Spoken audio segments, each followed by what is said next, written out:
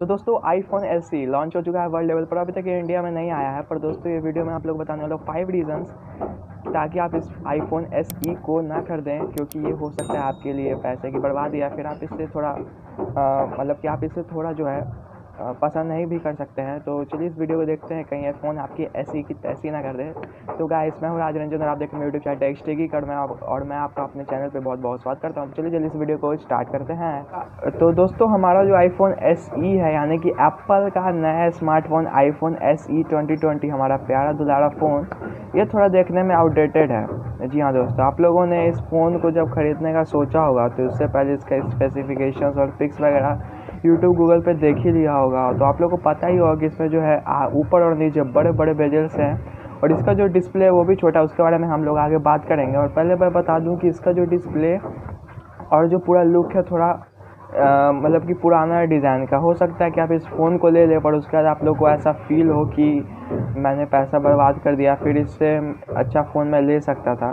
तो मैं आपको बता दूं कि अगर आपने पहले से बड़े डिस्प्ले वाले स्मार्टफोन्स को यूज़ किया होगा, फुल व्यू डिस्प्ले वाले इस फ़ोन्स को यूज़ किया होगा, तो आपको ये फ़ोन नहीं मतलब अच्छा लगेगा, और इसको यूज़ करने में भी आप लोग अनकम्फर्टेबल फील करेंगे।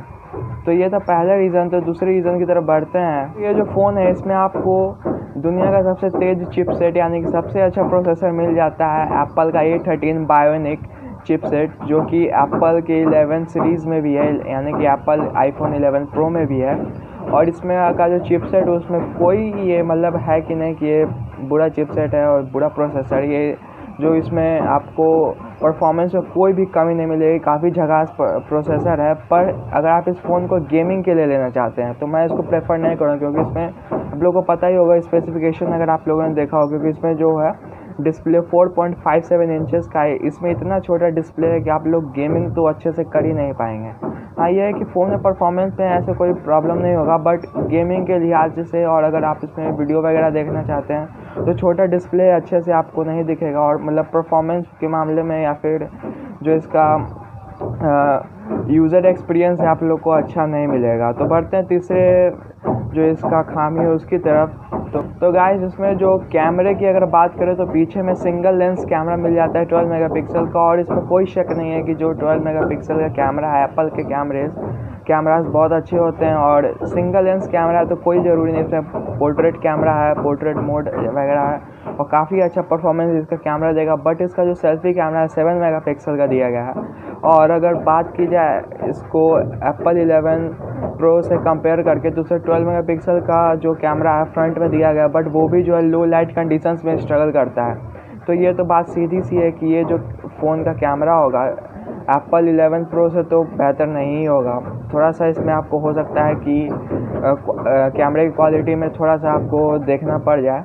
और मैं बता दूं कि इस रेंजेस में 42,500 कोई छोटी अमाउंट नहीं होती है दोस्तों। तो इस फ़ोन को आप ख़रीदने जा रहे हैं तो थोड़ा सा इस वीडियो को देख लीजिए, और मैं आप लोग का पैसा बर्बाद नहीं होने दूंगा। तो दोस्तों बता दो कि 42,500 रुपीज़ में आप बहुत सारे एंड्रॉयड फ्लैगशिप डिवाइसेस को प्रेफर कर सकते हैं, परचेज़ कर सकते हैं, क्योंकि उसमें बहुत सारे फीचर्स वगैरह आपको पैक करके मिल जाएंगे। अगर आपको एक आईफोन ही लेना है, एप्पल का लोगो ही दिखाना है, तो आप थोड़े से और पैसे इन्वेस्ट करके आप आईफोन XR की तरफ जा सकते हैं, या फिर आप आईफोन 11 को परचेज़ कर सकते हैं। अगर मैं आपकी जगह होता तो आईफोन 11 को लेता इसकी जगह। और अगर मैं इसके चौथे नंबर की खामी की तरफ बढ़ूँ तो ये है इसका हाईएस्ट प्राइस, जो मैंने आपको अभी बताया है 42,500 है। इसका अगर आप गूगल पे चेक करेंगे इन अदर कंट्रीज, इसका जो प्राइस है दूसरे कंट्रीज़ में, और अगर इसको रुपए में कन्वर्ट करेंगे तो 30,000 के आसपास आता है। पर इंडिया में इसको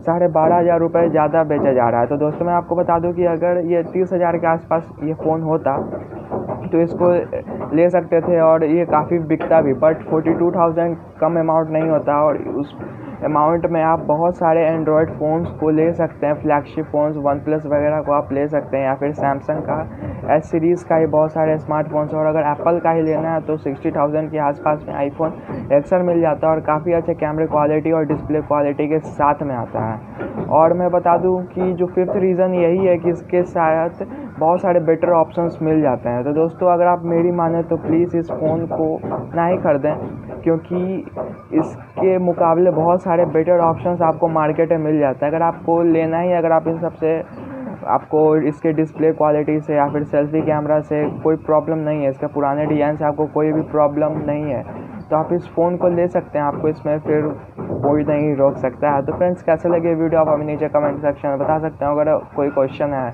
प्लीज़ आप हमें नीचे कमेंट सेक्शन में पूछिए और प्लीज़ चैनल को सब्सक्राइब कीजिए। तब तक के लिए बाय बाय, मिलते हैं अगली वीडियो में।